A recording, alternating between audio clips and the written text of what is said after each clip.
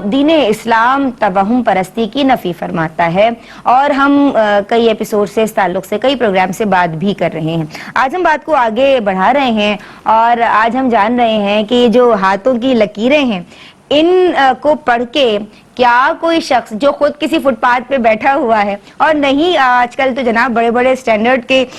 جو ہے وہ پامسٹ موجود ہیں اور وہ ٹی وی چینلز پہ یا دیگر میڈیاز کو یوز کرتے ہوئے سوشل میڈیا کے تھرو لوگوں کی ہاتھوں کی لکیروں کو پڑھتے ہیں اور بتا دیتے ہیں کہ جناب آپ کے ساتھ کل یہ ہونے والا ہے یا ماضی میں آپ کے ساتھ ایسا ہوا ہے. اب وہ تکے ہوتے ہیں, ان کے اندازے ہوتے ہیں یا واقعتاً یہ کوئی علم ہے. مستقبل کی پیشن گوئی کرنا پامسٹری کے ذریعے شریعت کیا کہتی ہے؟ اعوذ باللہ من الشیطان الرجیم بسم اللہ الرحمن الرحیم. پامسٹری کی شریعت مطہرہ میں کسی قسم کی کوئی حقیقت موجود نہیں ہے. اللہ رب العزت نے کائنات میں کوئی ایسا نظام پیدا نہیں کیا کہ جس کا دار و مدار لکیروں پر ہو. لکیروں میں کوئی ایسی چیز موجود نہیں ہے کہ جس کو دیکھ کر ہم مستقبل کے فیصلے کر سکیں.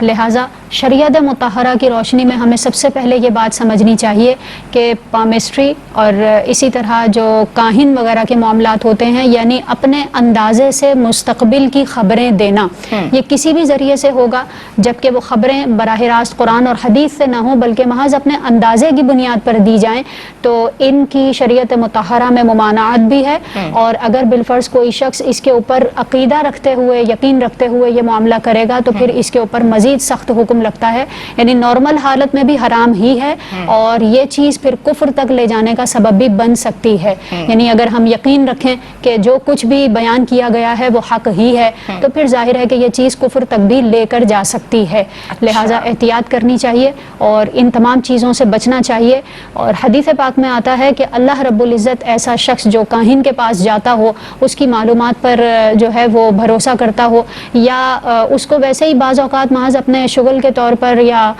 صرف اپنا وقت گزارنے کے لیے بھی ان چیزوں میں پڑ جاتے ہیں اور یہ انفارمیشن حاصل کرتے ہیں, ہمیں یہ سوچنا چاہیے کہ حدیث مبارکہ میں اس حوالے سے یہ بیان ملتا ہے لن يقبل اللہ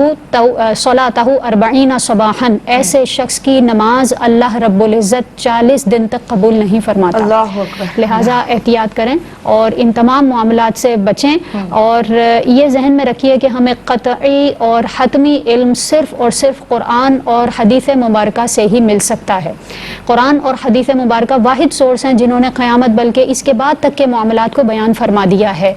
یہی وجہ ہے کہ یہ قرآن کی شان ہے اور اللہ رب العزت قرآن پاک میں خود ارشاد فرماتا ہے وَلَا بِقَوْلٍ كَاهِنٍ, یہ کوئی کسی کاہن کا قول نہیں ہے بلکہ تمہارے رب کا کلام ہے جس میں حقیقت حال بیان کی گئی ہے اور اسی میں مستقبل کی صحیح خبریں بیان کی جائیں گی. پھر ہم رسول اللہ صلی اللہ علیہ وآلہ وسلم کے حوالے سے بات کریں تو اللہ رب العزت نے فرمایا فَذَكِّرْ فَمَا أَنْتَ بِنِعْمَةِ رَبِّكَ بِكَاهِنٍ, تمہارے رب کی جو نعمت ہے وہ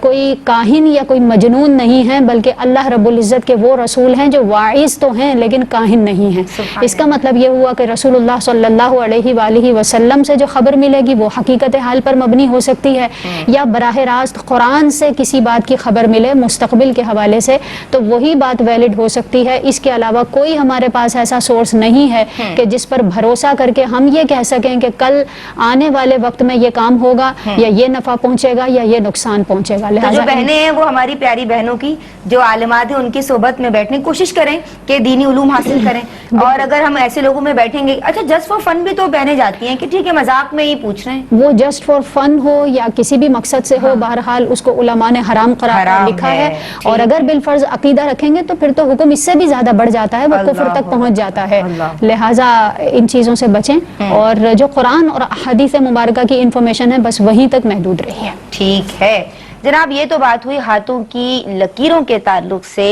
اور اسے علم سمجھتے ہوئے مستقبل کی پیشن گوئی کرنے والا اور پیشن گوئی سننے والا, جا کے اپنے ہاتھوں کی لکیروں کو دکھانے والا. جناب یہ تو حرام والا کام ہے اور ہمیں اس سے بچنا ہے. اور اگر آپ نے یقین بھی رکھا تو ہمیں بتایا گیا کہ پھر آپ کفر کے درجے میں جو ہے یہ اس کا حکم لگتا ہے جو کہ بہت زیادہ سخت ہے.